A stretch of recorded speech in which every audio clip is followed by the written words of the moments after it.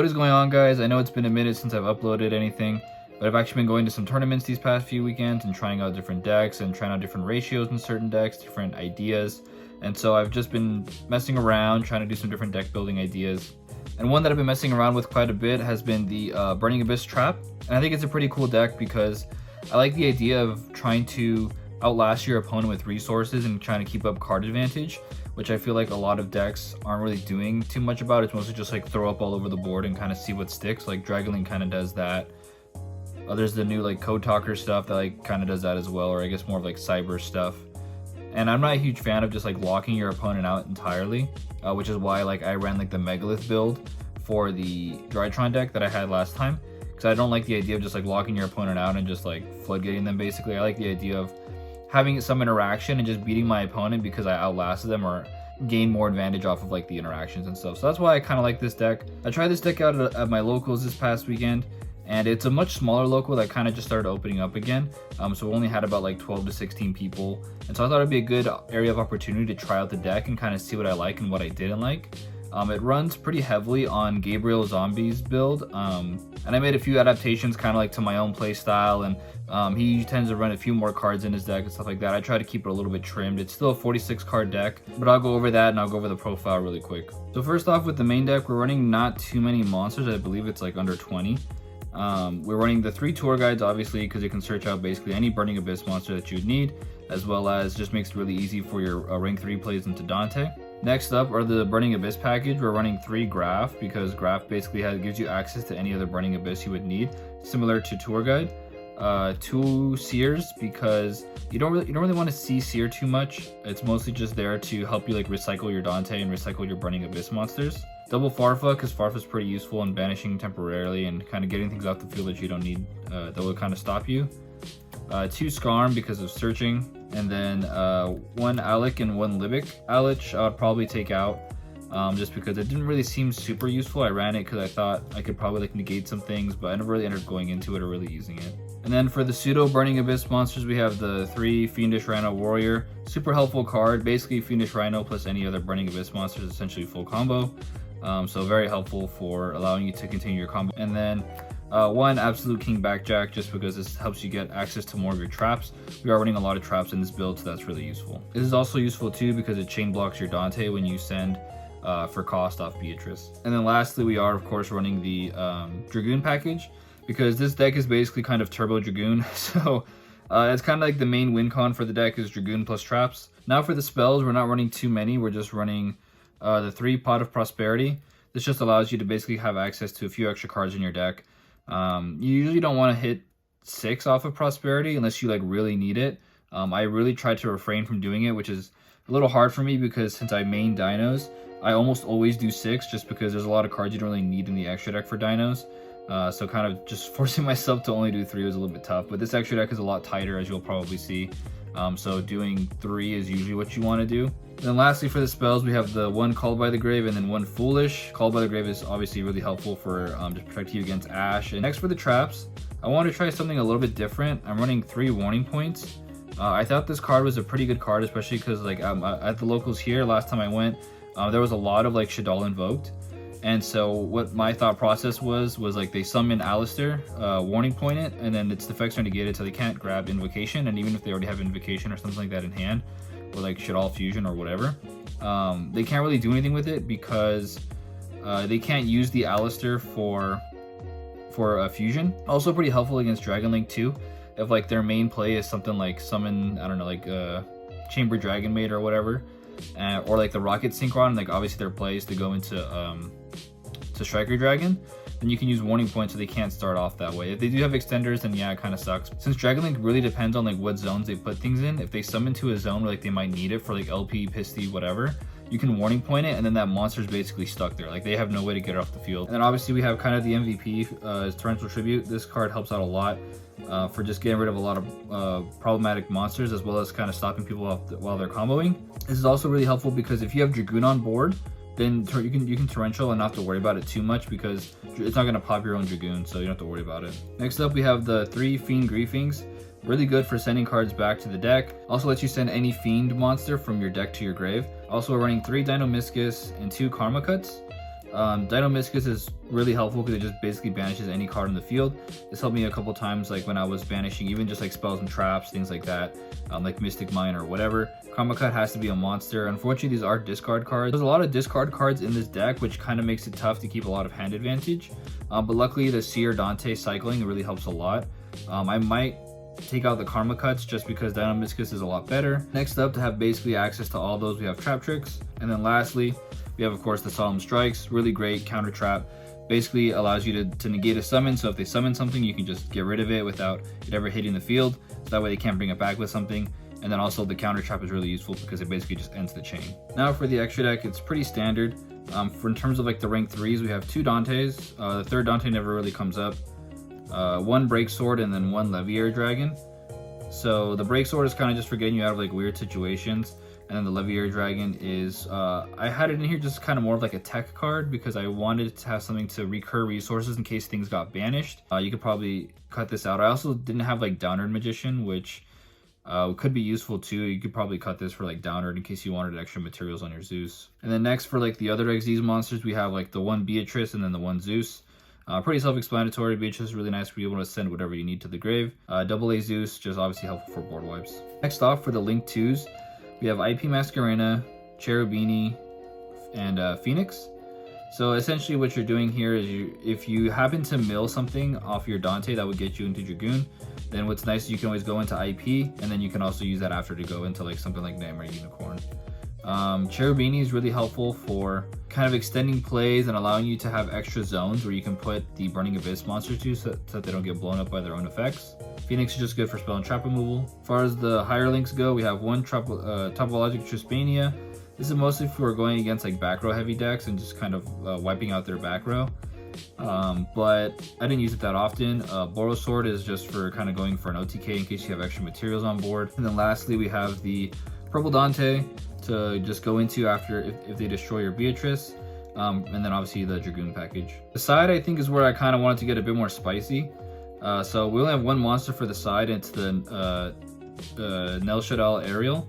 This is really useful for sending off a Beatrice. I guess I'll also put Mischief of the Gnomes here as well. These are basically your 2 Beatrice targets to allow you to, depending on which deck you're going against, really mess them up. This doesn't really help against Dragon Link, unfortunately, but this does help against. I went against Virtual World, and this kind of basically shuts down their entire deck. If you can go first, go Beatrice, and then send Mischief, then their whole hand basically becomes level 2s. So they're locked out of their own effects because they have to send they have to special summon level 3s or higher after they activate their effects. And then Ariel is really good for just like banishing cards you would need. This came up against Dragon Link. I can just send this to the grave, and then I can banish 3 other cards from their graveyard. So next up for the spells, I basically wanted to play as many like blowout cards as I could. So I'm playing the 1 droplets that I have, and then the 3 Dark Ruler No Mores. If I had 3 droplets, I'd obviously play 3 droplets. But this is more for like going against like Dragon Link or whatever, because then if I do win game 1, then obviously they're going to try to build a board and just try to stop me from being able to play. So Dark Ruler is helpful for that. We're also running the Harpies just for back row blowout, and then for more back row hate, we have Twin Twisters and Cosmic. I don't want to run too much back row hate because a lot of the time they might side in something like Waking the Dragon, and the deck isn't super concerned about back row anyway, just because you have Dragoon, so you can always kind of use Dragoon to like negate anything that's like really harmful against you. And then before, I did have IDP in the side deck, but I only have 1, which kind of basically makes it useless because you can't use Trap Trick to get it. And so I just ran 3 Imperms because they also serve as a hand trap, and then on top of that you can also just set them, and against other back row decks you can actually just put them in the columns that you think are going to be harmful, and you can use the Imperm to kind of like lock them out, which is also why I didn't put too much more like back row hate, because I was like, okay, I'm already going to be running 3 Imperms anyway, so like adding more Twin Twisters and Cosmic Cyclones doesn't really help. Especially when I can search with Trap Tricks and basically set these like wherever I need to. So yeah, we don't really run any hand traps in this deck, so this kind of works as like a pseudo hand trap, or just kind of like a lockout for spell and trap card zones, and still stops your opponent's monsters from like using their effects. And next up we have the 1 Imperial Order for preventing our opponent from basically blowing out our back row with something like Harpies, or forcing out a Dragoon negate with something like that. And then also 2 Evenly Matched. I really wanted to run 3, but I only had the 2. I just ordered them now that Ghost from the Past came out, and I was missing 1 Evenly Matched, so it's still coming in the mail. And so I just ran 2 for now. I was like, okay, well I can run these because I can still, if I run 2, I can still search it off Trap Trick. Some things I would probably change. Probably don't need Mischief of the Gnomes too much. It is a kind of a cool tech card, but probably not super necessary. You could probably find something else for this. I could probably actually just run the third evenly instead. Imperm didn't really come too much in handy. If I had 3 IDPs, I'd rather use that. These are probably pretty good to stay. I actually kind of like Dark Ruler better because Droplets gets rid of like your resources. So Droplets is really good going first, but not really good going second in this deck, just because if you're going first, you can chain Droplets to like activations of like your other cards, and just send those as cost. But if you're going second, you don't want to get rid of too many cards because it's going to make it hard for you to continue keeping up card advantage after. And so I played pretty conservatively this tournament because I wanted to make sure that I wasn't just shotgunning effects and just like wasting my resources. And I think that was the right way to play. But I think I need to be a little bit more liberal with how I decide on what resources to use. I went 1 and then 2 draws. And so we ended up not playing out the top 4 just because there was a tie for second between 4 of us. One guy had to go, so we ended up basically just leaving it at that. One thing I forgot to mention too, the reason why I got draws was because I didn't put in Barbar, because I really didn't want to win off of that like in time, just off of Barbar, but it actually cost me the 3 wins basically, because if I would have just had Barbar in the extra deck, in the side deck, I would have just sided it in. Yeah, that's probably what I would do then. I basically run something like the 3 Evenlies, probably 2 Storms, maybe like an extra Droplet, and then the 1 Barbar. So one thing I can do really quick is just kind of show you like a typical hand and just kind of show you just a very simple combo that this deck likes to do, just to get into basically what it does. So this is a pretty decent hand, nothing special, nothing too crazy. But it basically allows you full combo into, assuming that you don't get Ash, full combo into Dragoon. So the very simple combo is just, activate one of your Burning Abyss monsters that isn't like Seer or Graph, special summon them from the hand. Normal summon Fiendish Rhino. Don't forget Fiendish Rhino protects your Burning Abyss monsters. You just Xyz really quick into Dante. Dante effect to mill 1. This part's pretty important just because you don't want to mill your Dragoon package because you're going to need that in a second. So you mill 1. So it doesn't matter what it is. Activate effect of Fiendish Rhino, or if you do have Graph in hand, or you did start with Tour Guide, then you just activate the effect of Graph when you send it off of there. And then so Graph effect now. Summon Seer.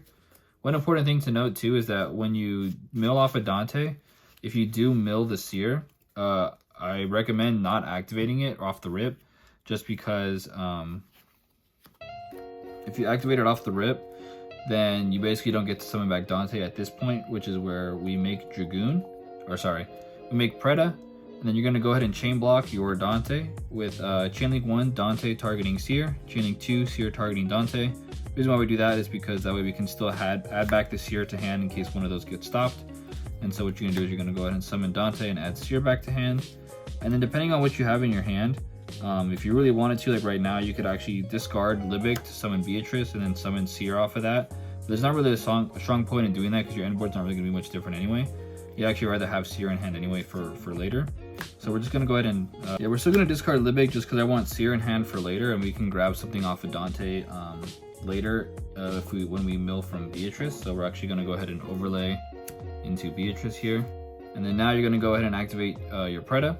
And then we're going to go ahead and summon our Dragoon.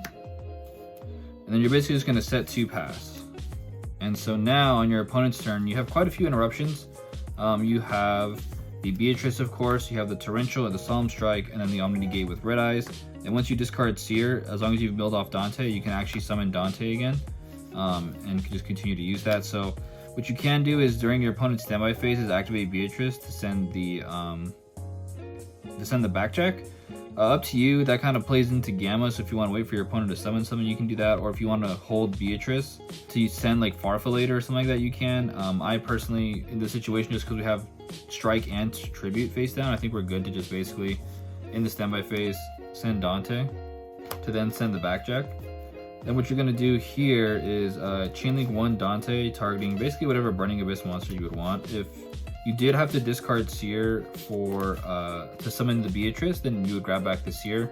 Obviously this time we didn't need to do that, and so you can actually just grab something like, in this situation I'd probably grab Farfa because you can discard off Dragoon later in case you needed to. So I would add back Farfa, and then Chainlink 2 is the backjack effect. So you get to actually look at the top 3 cards of your deck. And if you can rearrange them in any order. So obviously this time we got the Karma Cut as the trap card. And then if I had to decide on which card I probably want next, I'd probably want the, doesn't really matter, but probably the Scarm. So I'd probably just rearrange it like this. And then you can activate Backjack, reveal the Karma Cut, set the Karma Cut. And just be aware that your opponent can also activate triple tactics. So just be careful with that. I'd probably hold the Dragoon negate as long as you can, which shouldn't be too much of a problem considering your face downs are pretty powerful.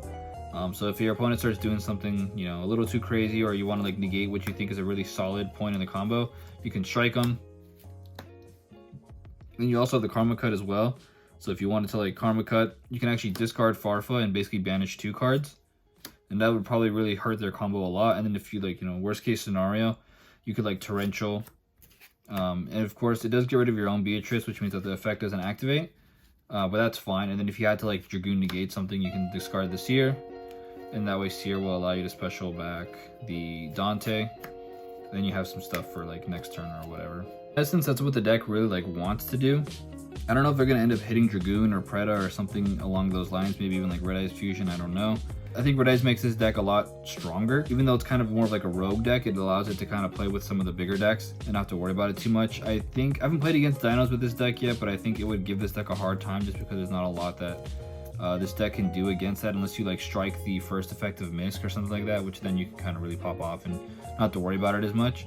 Yeah, it's a solid deck. There's definitely a lot that you could do, like changes that you could make that would probably help it a lot. Like I said, the Elich probably doesn't really make too much of a difference. I really do think that Dragoon does need to get hit though, just because I was running it in the Dinos as a side option, because obviously everybody's going to try to like Lancia you. It actually worked out really well in that deck, and so I think Dragoon just kind of over buffs a lot of already like meta decks. And yes, it helps rogue decks a lot, but overall I think it does more harm than good in the meta. So I think something in the Dragoon package needs to get hit. That's pretty much it. Hope you guys liked it. Feel free to like and subscribe if you feel like this was helpful. Have a good one.